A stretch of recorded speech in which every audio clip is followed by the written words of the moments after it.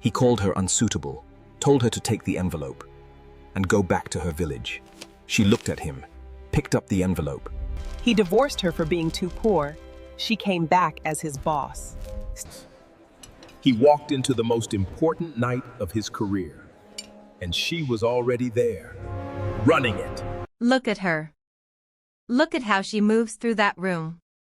500 people. One of the most important rooms in Lagos. And she moves through it like she owns every inch of it. Like she was born for exactly this moment. Remember this woman. Remember exactly how she looks right now. Because I need to take you back. Back to before all of this. To show you exactly what it cost her to get here. She is standing in a kitchen. Phone in her hand. She has just read 3 messages. 3 was enough. She puts the phone down. She turns back to the cooker. She continues cooking. Not because she is weak. Not because she does not know. She knows. She has known for 3 weeks. She is simply waiting. Waiting to be ready. Ready for what? Stay with me. 6 years ago she left this market. For a man who came back 7 times. 7 times. Each time more convincing than the last. Each time with a new reason. Each time with the same promise. I will never make you feel small. This is the story of what happened next. And I promise you, you will not see it coming. He called her unsuitable, told her to take the envelope, before the blue agbada and the go cold back to her eyes, village. and the word She looked unsuitable at him, used like a picked final up the door envelope. closing on everything she had poured into 6 years of loving someone completely. Before any of that, there was a Tuesday market in Aguda. And a warning she did not take seriously enough. Chisholm Okonkwo was 26 years old and she was not waiting for anyone. This was the thing people consistently misunderstood about her. Because she was quiet and because she came from a place where women were expected to be grateful for male attention, people assumed she was waiting for rescue, for direction, for someone to arrive and give her story its real beginning. She was not waiting. She had a fabric stall at the 3rd position from the market entrance on the left side of Aguda Main Market. She had 2 Ankara suppliers in ABA, 1 George supplier in Asaba and 1 plain cotton contact in Onitsha that nobody else in the market knew about because she had spent 8 months cultivating that relationship with the specific patience of someone who understood that the best business advantages are built quietly and protected carefully. She had 14 loyal customers who bought from her specifically and sent their friends. She had a savings account with a balance that was modest but growing every single month without exception. She had a small notebook under her bed, an ordinary notebook, blue cover, half the pages already filled with her handwriting, that contained a business plan so detailed and so ambitious that the one time she had shown it to her older cousin he had laughed. Not cruelly. Just with the gentle dismissiveness of someone who could not see what she saw.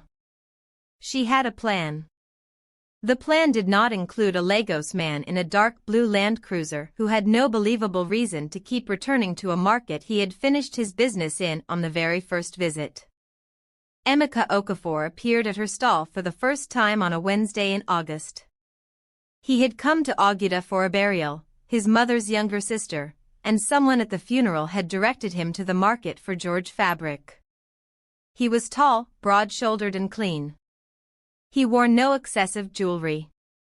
He drove the kind of car that announced wealth without screaming it. He asked about the fabric with the specific vocabulary of someone who understood quality rather than just price, not how much but where is this from, what is the thread count and how does it hold after washing. She sold him what he needed. He came back Thursday. Then Friday.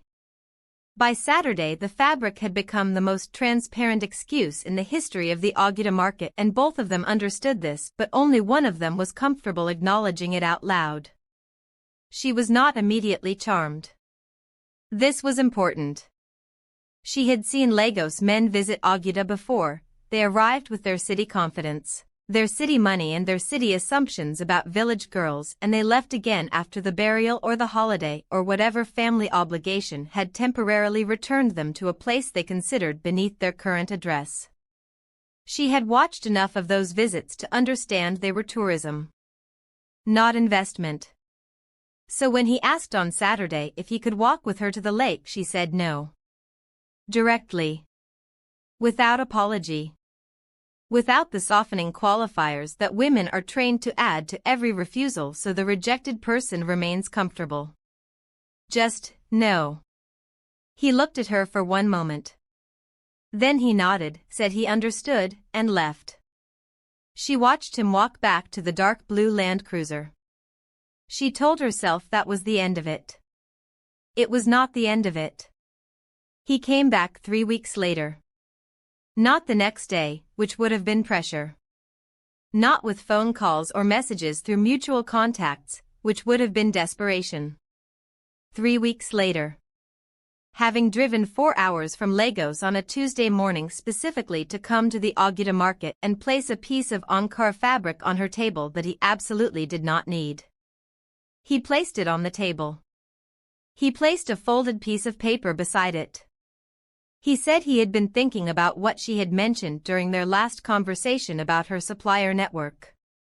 That he knew someone in ABA who had prints not yet circulating in the Oguta market. That he had written the contact down. That she did not have to use it.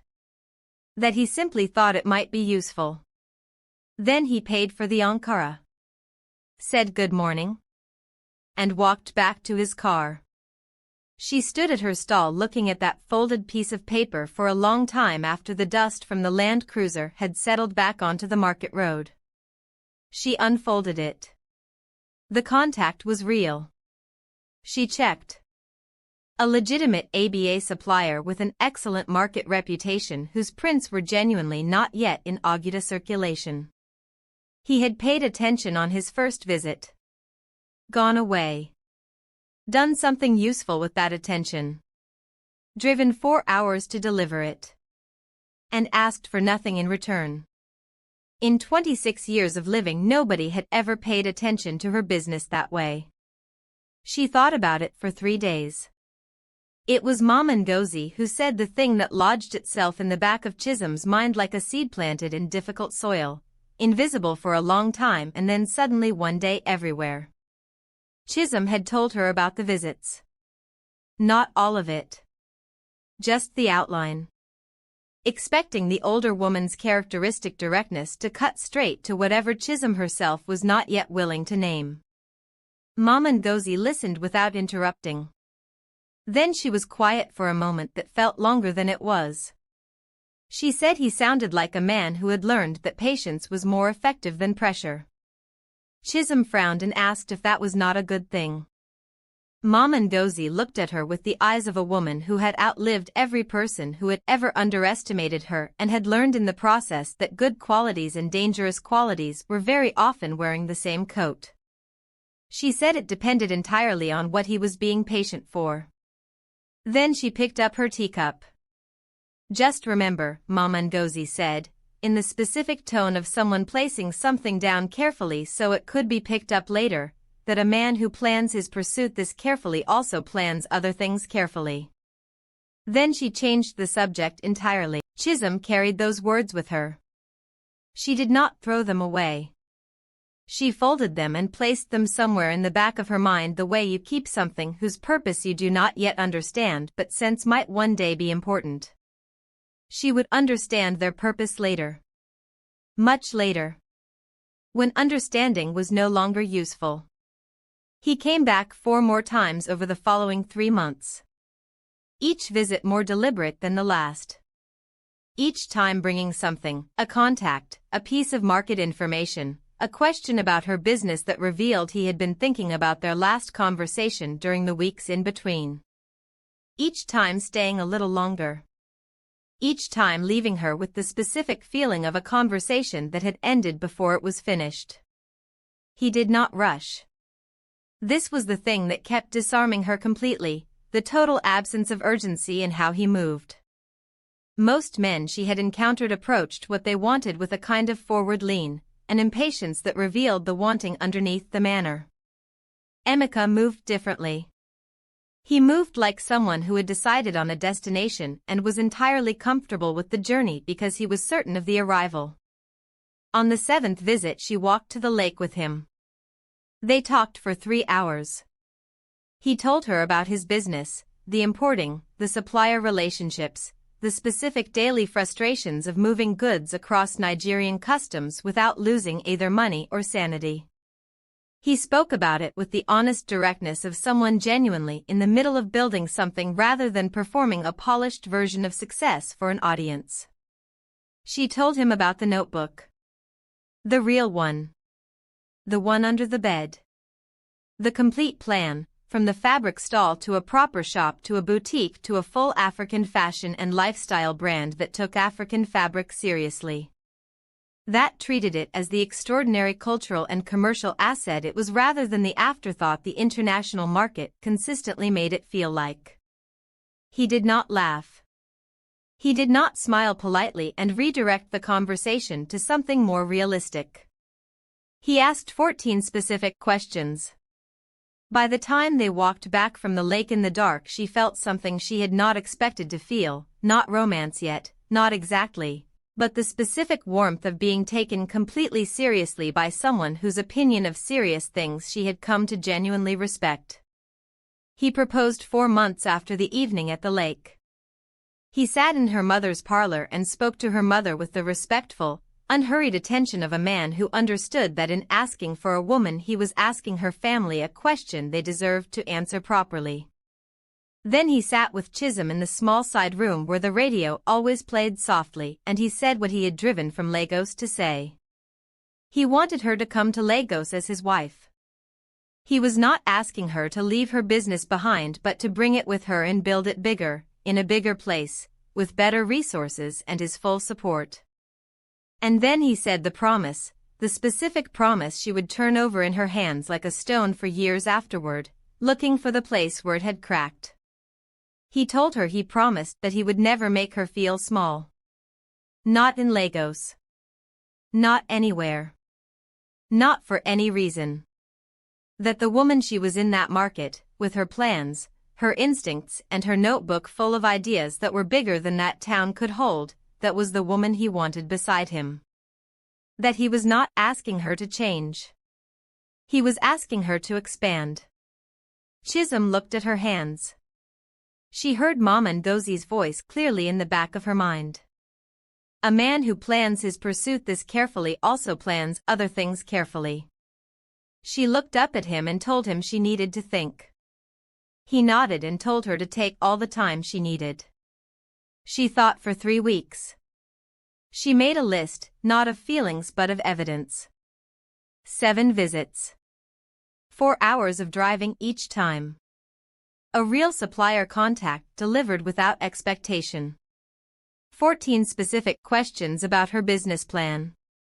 Not one moment of pressure. Not one moment of making her feel like the answer was already decided and she was simply being waited out. She thought about the notebook.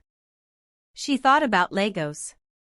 She thought about what the notebook dream might become with his network and her vision working together in the same direction. She said yes. She arrived in Lagos on a Friday morning in March with 3 boxes of fabric samples, her supplier contacts, her savings, and her notebook. He was waiting at the bus park himself, not a driver, not a phone call with directions, standing beside the dark blue Land Cruiser with the same unhurried patience he had brought to every moment of the previous 7 months. He carried her boxes without being asked. He had prepared the apartment with specific attention to her comfort, a workspace with good light set up in the 2nd bedroom exactly as she had once mentioned she would need, fresh food in the kitchen and her favorite Ankara print framed simply on the workspace wall. She stood in the doorway of that workspace and something settled in her chest like a stone finding the bottom of still water. She told herself she had made the right decision. For almost a year she believed completely that she had. The business started well. She found a small shop in Surulere, nothing grand but real, a proper address with a sign above the door. His network opened doors. His contacts connected her to better suppliers. His colleagues' wives became her first Lagos customers and then her first Lagos advocates. She was learning the city, its pace, its particular language, the specific unwritten codes that governed everything from market negotiations to dinner party conversation, and she was growing inside it rather than being swallowed by it. Then the sweetness began. It started with love. And this was the part that made it impossible to defend against. The affection was real. Or real enough that she could not find the precise edge where genuine feeling ended and something more calculated began. He was present, warm and attentive. He called her from business trips 3 times a day. He brought her things without being asked, not extravagant things but specific things that revealed he had been paying careful attention to what she said and what she needed. He made her feel completely chosen. And then quietly, so quietly she almost did not hear it arriving, he began telling her she did not need to stress herself. That they had everything they needed. That she should rest and enjoy Lagos. That the business would still be there. She rested. She enjoyed Lagos. The business waited. Then came the second layer, dressed so carefully in concern that she almost could not see what it actually was. He told her Lagos was different from Aguda. That the market was complicated. That he would introduce her to the right people first before she started approaching suppliers on her own. That she did not want to make the wrong impression before she had the right connections. So she waited for the introductions. They came slowly. Then he told her that her Aguda contacts would not really work at that level. That the Lagos fabric market had different standards. That he would help her find the right people. That he did not want her wasting her savings on suppliers who could not deliver at the quality she needed. So she held back her savings. She waited. Then came the third layer, the one that used the thing she loved most about herself as the very instrument of her limitation. He told her that some of the businessmen in Lagos did not take women seriously when they approached alone. That it was not right but it was how Lagos worked. That he would open the doors first. That she did not want them dismissing her before they even heard what she had to offer. So she stopped approaching people directly. She waited behind doors he said he would open. He opened some. Slowly. Partially. Just enough to keep her waiting. And through all of it, the love, the concern, the specific words that sounded exactly like protection but functioned precisely like walls, the woman who had arrived in Lagos with 3 boxes of fabric samples and a notebook full of enormous plans was becoming, one quiet day at a time, a woman who waited for her husband to tell her what was possible. She told herself it was a season. She told herself the notebook dream was simply on pause. She told herself Lagos took time and that patience was part of building something real. She was very good at telling herself things. It was also during those months that his business grew in ways that had her fingerprints all over them, fingerprints that nobody could see because she had pressed them in quietly, without announcement, the way she did everything. She managed his supplier communications when he traveled. She organized the documentation, the customs paperwork, the shipping records, the supplier contracts, that had previously lived in creative disorder across 3 different folders and a shoebox. She hosted his business partners at their home for dinners that became quietly legendary among his Lagos circle. 2 of his most important business relationships deepened significantly because of those evenings. He knew this. He thanked her privately. He never mentioned it to anyone else. Then one evening she overheard him on the phone in the sitting room. She was in the kitchen and she was not listening deliberately. She was simply present in the kitchen and the apartment was not large enough for privacy when a man was speaking with the particular projection of someone performing his success for an audience whose opinion mattered to him. She heard him say he had built everything from the ground up. No family money. No connections handed to him. Everything they could see he had created himself. That was what he was most proud of. That he had done it alone. She stood at the kitchen counter. The pot in front of her continued to simmer. She did not move for a long time. Alone. She thought about the supplier communications. The documentation she had organized. The dinner parties she had hosted. The relationships she had tended with care and consistency. The specific evening 3 years ago when his most important business partner had been about to walk away from a significant deal over a miscommunication, and she had sat with the man's wife for 4 hours, listening, redirecting, quietly mending something that Emeka had not even realized was broken until it was already fixed.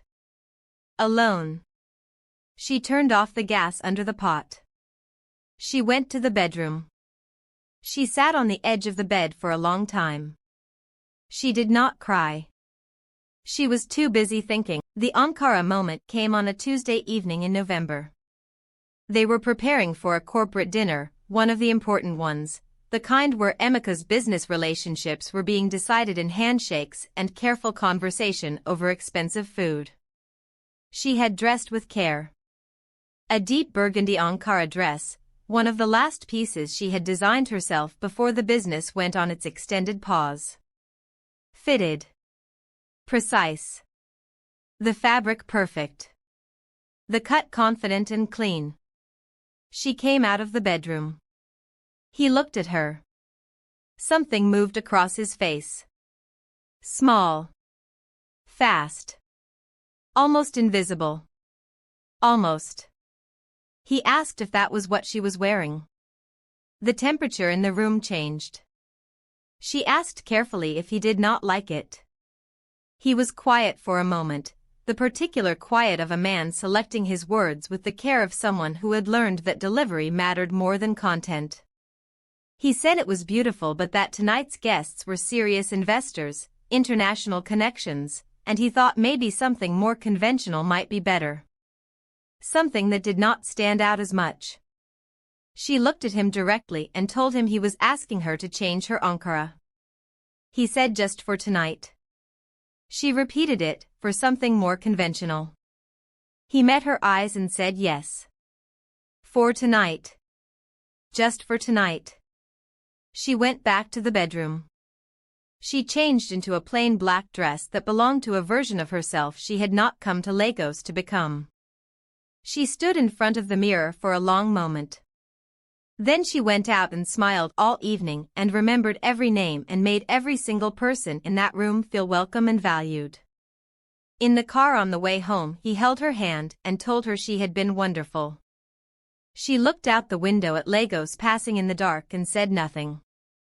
But Mama Ngozi's voice was suddenly very loud in the back of her mind. A man who plans his pursuit this carefully also plans other things carefully. 3 months after the Ankara evening there was a business reception, one of the large glamorous Lagos events that existed precisely at the intersection of commerce and performance, where everyone was simultaneously networking and being seen to network. Emeka moved through the room with the ease of a man completely in his element. And beside him, moving with equal ease, laughing at the right moments, dressed in the specific way that announced she belonged in this world and had always belonged in it, was a woman Chisholm had not seen before. Emeka noticed Chisholm across the room. He came over. He introduced them. He said this was Sandra, his business development consultant. He said, Sandra, this is Chisholm, my wife. His consultant. His wife. The way he said the 2 words, the specific warmth and weight in one and the slight flatness in the other, was so small a distinction that nobody else in the room would have caught it. Chisholm caught it. She smiled. She shook Sandra's hand warmly. She spent the rest of the evening being the woman she had always been, attentive, warm and fully present, and quietly filed everything she had seen and heard and felt into the part of her mind where she stored things she was not yet ready to examine directly. But she had seen it. The ease between them. The way Sandra laughed at something he said before he had even finished saying it. The way his hand moved briefly to the small of Sandra's back when they moved through a doorway together, the automatic unconscious touch of deep familiarity. Not performance. Habit. She had seen all of it. On the drive home she looked out the window at Lagos, this city that had taken so much from her so quietly and so completely, and she made herself a promise. Not about him. About herself. She was going to find the notebook. She was going to open it. And she was going to remember exactly who she had been before she stepped onto that bus from Aguda with her fabric samples and her savings and her complete, devastating and entirely misplaced trust. She found it exactly where she had left it. Under the bed. Blue cover. Half the pages filled with her own handwriting. The plan, the full plan, the real plan, the one that started with a fabric stall and ended with something that had no ceiling, exactly as she had written it before a man in a dark blue Land Cruiser had appeared at the entrance of the Aguda market and asked about George fabric with the vocabulary of someone who understood quality. She sat on the edge of the bed. She opened it to the first page. She read her own handwriting for a long time. Then she reached for a pen. And she started writing again. She did not know yet what was coming. The envelope. The blue agbada. The word unsuitable delivered across a coffee table like a verdict. She did not know that in 3 months she would be on a bus back to Aguda with one bag, a brown envelope and the specific grief of a woman who has finally understood the full cost of trusting someone completely. But she had found the notebook. And the woman who had written those pages was still there. Waiting. Patient. Certain. And somewhere in Lagos, in a room she did not know yet, a man named Chief Leonard Adora was about to eat the best plate of jollof rice of his 71 years. But before any of that. Before the comeback. Before the corporate dinner. He was already there. Before the Mercedes and the magazine cover and the moment that would change everything, there was an envelope. And a blue agbada. And a man who thought he was ending her story. Episode 2 is coming. And I promise you. You are not ready.